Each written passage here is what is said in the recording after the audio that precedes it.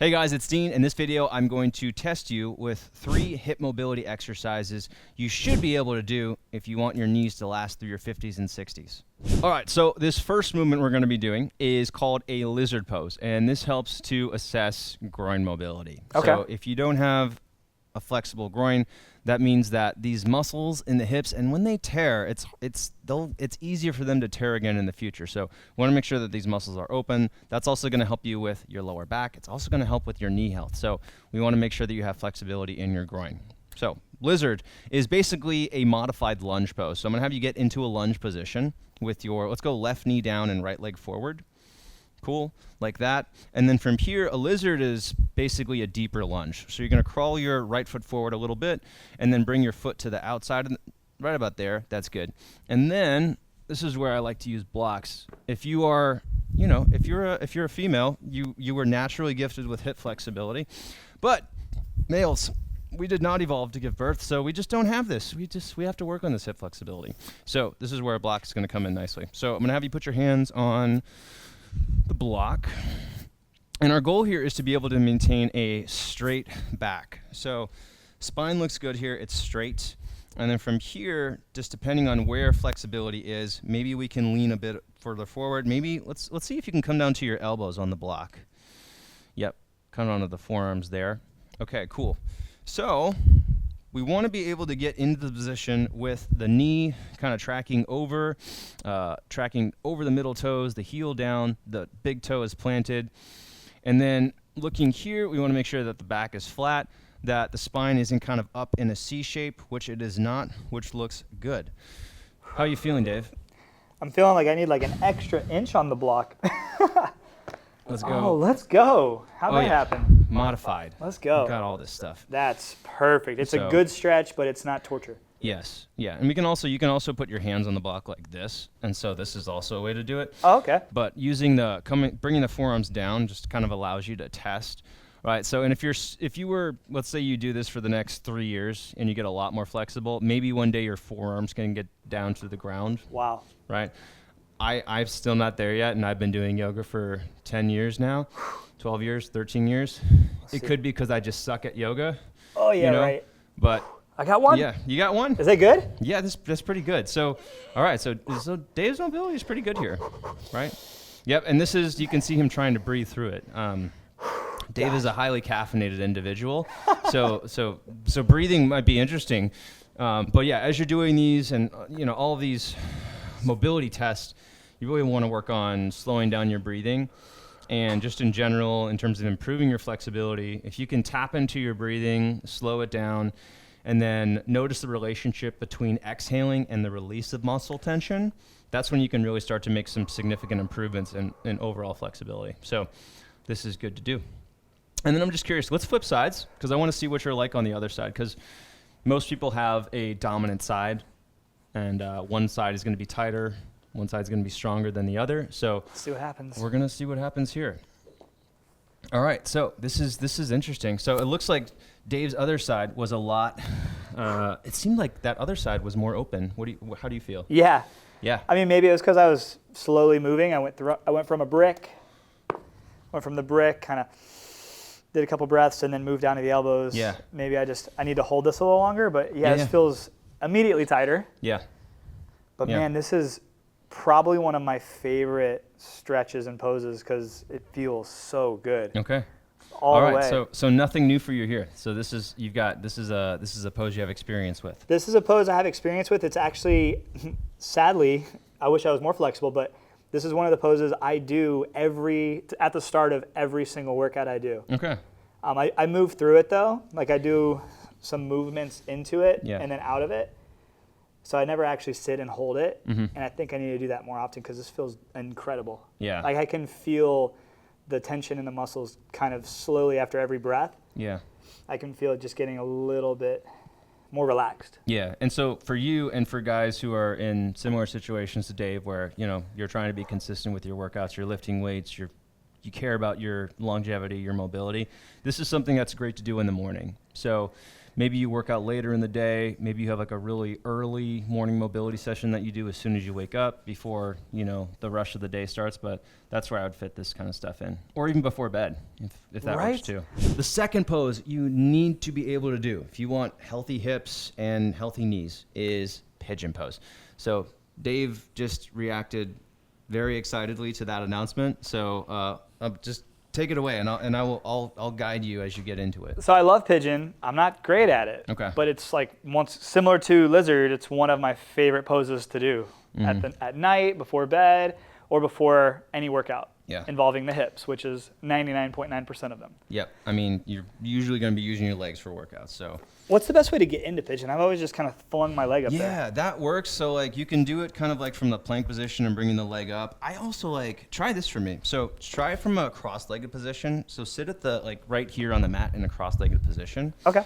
And so what I like doing here is with pigeon, what you want to do is you want to have the inner thigh facing up, right? So we're going to stretch the left thigh in this case. So the inner thigh is facing up. You're already in a good external rotated position with that hip.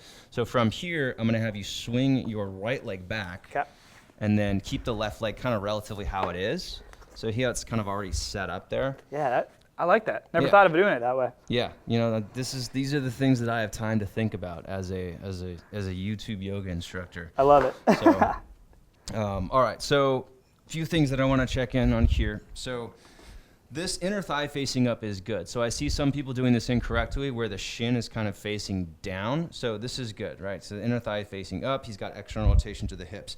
Now from here, one way that Dave can work on improving is getting the hips further back and kind of getting his hips closer to the ground, right? And that's where you really want to work on breathing.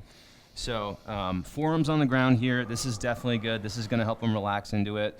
And this is, again, I just said breathing, but I'll say it again. This is where the breathing is incredibly important. So if you can use the inhale to kind of collect yourself, notice where you are in your body, notice where you are in the pose, and then the exhale to relax into it a little bit, right? Just a little bit of a release. That's how you're going to increase hip flexibility here. And going deeper into a pose or progressing doesn't necessarily mean going closer to the ground. It could also mean that you're just becoming more relaxed in the pose. So it could be that you're just becoming, maybe it changes from an intensity of 6 out of 10 to like a 5 or a 4 out of 10. So it's just you getting a bit more accustomed to that position.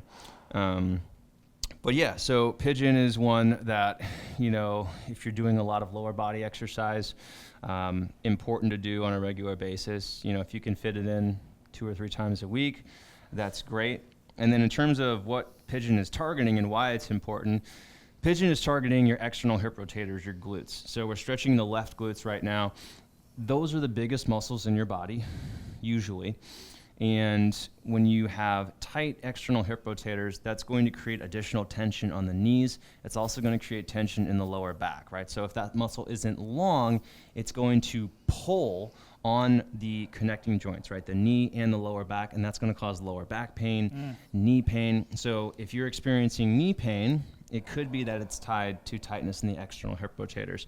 Also, if you have IT band syndrome, right? If you have pain in the IT band, that isn't an IT band issue. It's stemming from the glutes. So working on pigeon is going to help with that.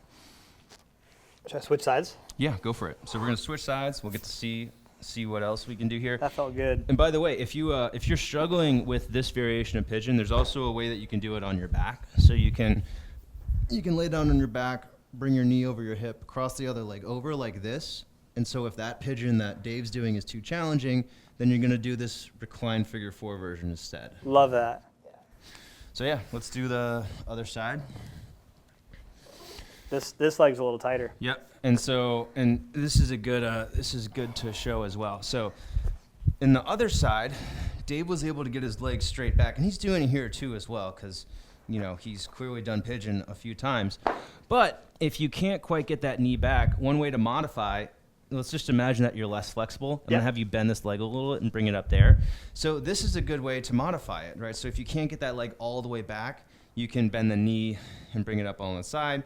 And then over time, right, being over months, or weeks, but also over time being maybe 30 seconds into the pose, your body starts to adjust, right? And so then, Dave, you can go ahead and move that leg back to where you want it to go.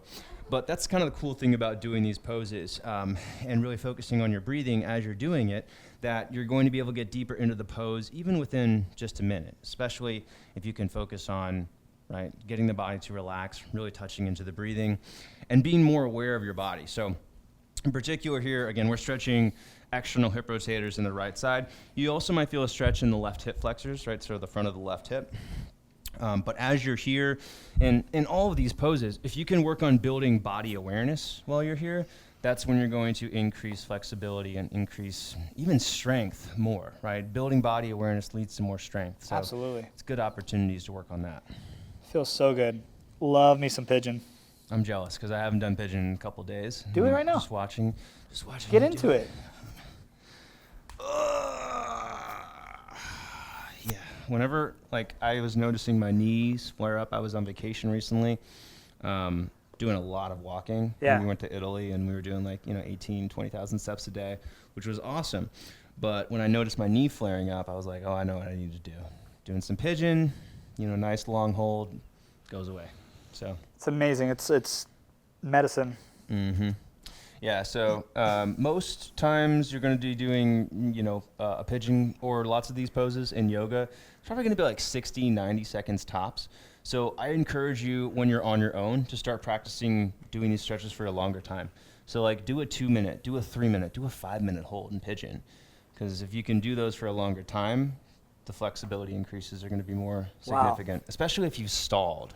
Hey guys, 15-second break here. If you are in your 40s, your 50s, or your 60s, and longevity is your goal, I want to invite you to do our 30-day Manful Yoga Challenge. It's free. It's right here on the Manful Yoga YouTube channel. Go ahead and click the link below in the description and join me when this video is finished. Move number 3 is going to test your hip flexors. And this one's really important because most of us spend a ton of our time during the day sitting. Even if you have an active job, you're probably going to be sitting on a couch. Sometime during the day, you're going to be sitting in a chair. You're going to be sitting while you drive. So your hip flexors get super tight. And when your hip flexors are tight, that means that the knees get angry. That means that your lower back gets angry. So we're going to be working on those with this stretch. I call this a lizard reach back. It's also called a couch stretch. So it's similar to the lizard that we did, but you're going to add in the reaching back and grabbing the foot. I like that. You ready? Let's go. Okay, cool. So this is where the knee pad comes in helpful. If you don't have a knee pad, you can also, if you're using a yoga mat, then you can fold over the yoga mat like this, or you can just grab a pillow or any sort of cushion for your knee. And by the way, if your knee is on the ground and it hurts when you're kneeling, there's really not much benefit to that. You're not really making your knee stronger. So use a pad. Yeah, make it comfortable. All right, so. Which one down? Lizard, let's go right leg forward. Right leg forward. And you're gonna rest your left knee on the mat. Okay. Yep. And then you can bring your right knee further back a little bit so we don't have to bring the heel back. Yep, like that. So we don't really have to work on, the lunge aspect, the lunge mobility aspect of this so much. It's more so can we have a good stable position with the lunge. And then from here, what we're going to do is you're going to, instead of resting on the knee, what you're going to do, kind of roll forward a little bit so that you're almost on the bottom of the thigh, on the quadricep. And then, if you can, reach back with your left hand or your right hand. That works too. Should I do left? Try with your left. And then see if you can grab the foot. All right, cool. So, so Dave has some good mobility here. He can get the foot relatively easily. But if you're having difficulty with that, maybe you can grab, right, he started with the shin, right? So you can bring your foot closer to the shin to make that a little easier.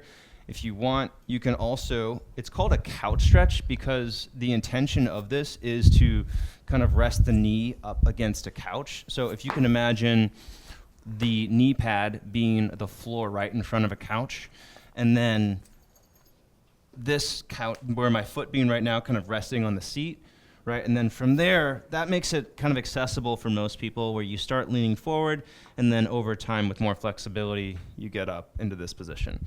So, so that's how to modify.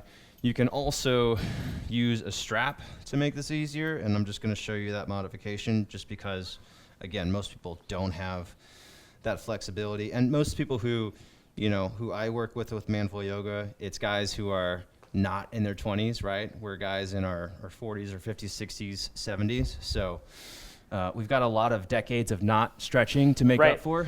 So the strap modification here goes over the shoulder, foot goes forward in a lunge. And also, I like using a block just to have a little bit of support for balance. So if you want to throw a block somewhere around you when you're doing this, that helps as well. And then anyway, so here, right, you've got foot directly to the hand. I've got foot using my strap, and they're both stretching the same areas. So we can do this a couple ways. So right now, holding a foot with the strap, holding a foot with the hand, we can do it more of a stretch, but you can also make it more strength focused, right? If you want to tighten your left glute as you're holding it, you can also push your foot into your hand, kind of make it a push and pull. Feel that. And that's a good way to actually build more flexibility. So if you can establish strength within range of motion, that's going to make your passive flexibility greater. So I'm always a big proponent of adding strength to flexibility. That also makes it more functional. So if you can do that, try to feel the muscles engaging as you're in the stretch. That feels so good. Yeah. I'm gonna switch to the other side now. And you know, Dave's probably done this a lot. If you did it and you're like, that doesn't feel so good, then that's more normal. And that's a good indication that it's something that you should do on a more regular basis. So, so we've got knee over the ankle and the front foot, doing a lunge with the front leg, with the back leg. We're kind of rolling, again, not resting directly on the kneecap. If you're kind of try to roll a little bit so that you're resting on the bottom of the thigh instead, kind of makes sense. Oh, yeah. And then with the back hand, to make this more active, you can push your foot into the hand, pull the foot forward with the other hand, right? And now you're making a little push and pull that's going to help to lengthen the quadriceps a little bit more, make it more active. You can also squeeze your right glute here, and that's going to open up the hip flexors more. I can feel that. Ooh, that feels so good. These happen to be 3 stretches and movements that I love. Nice. I don't do them enough, but I love them. When I do them, I'm like, oh, I should do that more. Yeah. And I'm going to. Yeah. Good. Yeah. Oh, so this is your this is move number 3. Move number 3. So many different ways you can do it too. Like the cool thing I love about yoga and movement is you can scale anything.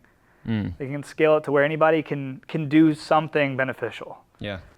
Yeah. And you've got the different variations that we showed here, right? You've got the strap, you can grab the shin, you can grab the foot, you can also use the couch, you can lean further forward, you can come further back to make it more challenging. So there's lots of ways to make this work, but again, kind of comes back to making sure that you're doing it consistently. So if you can do these kinds of stuff 3 times per week, what we hear about within our community, if you can do 3 workouts per week, like 3 of these workouts per week, even if it's just 15 minutes, then you're going to notice results within your first kind of 4 weeks. Your body will start feeling better, and for most people, it doesn't even take 4 weeks. So if you need help with that, we've got lots of programs here. Check out the links in the description below, and start doing just 10 minutes of yoga a few times a week. You'll notice it. Your body will thank you, and your future self will thank you too, so that you don't end up like that guy that you know in your life who cannot be independent anymore. Right. So it's key, man. Yeah. It's good stuff. All right, guys, I hope you enjoyed those 3 movements. If you're looking for more, I've got a great hip mobility routine right on Dave's face that you can click when we're finished here. So check that out. Try to do it consistently to make sure that you're improving. And then I want to shout out to Dave Moss Jr. Thanks for joining me on the channel. Go check out his channel. And yeah. Appreciate you, man. This was awesome. And seriously, like, movement is medicine. It feels so good to move. I already worked out this morning, and coming in and doing just these subtle movements, they're not hard movements. They're not something that is impossible for somebody to do, but you just feel so much more alive. So thank you for having me. Appreciate it, bro. Awesome. All right, guys. Thanks for watching. Subscribe. Like the video if you found it helpful. I'll see you on the next one.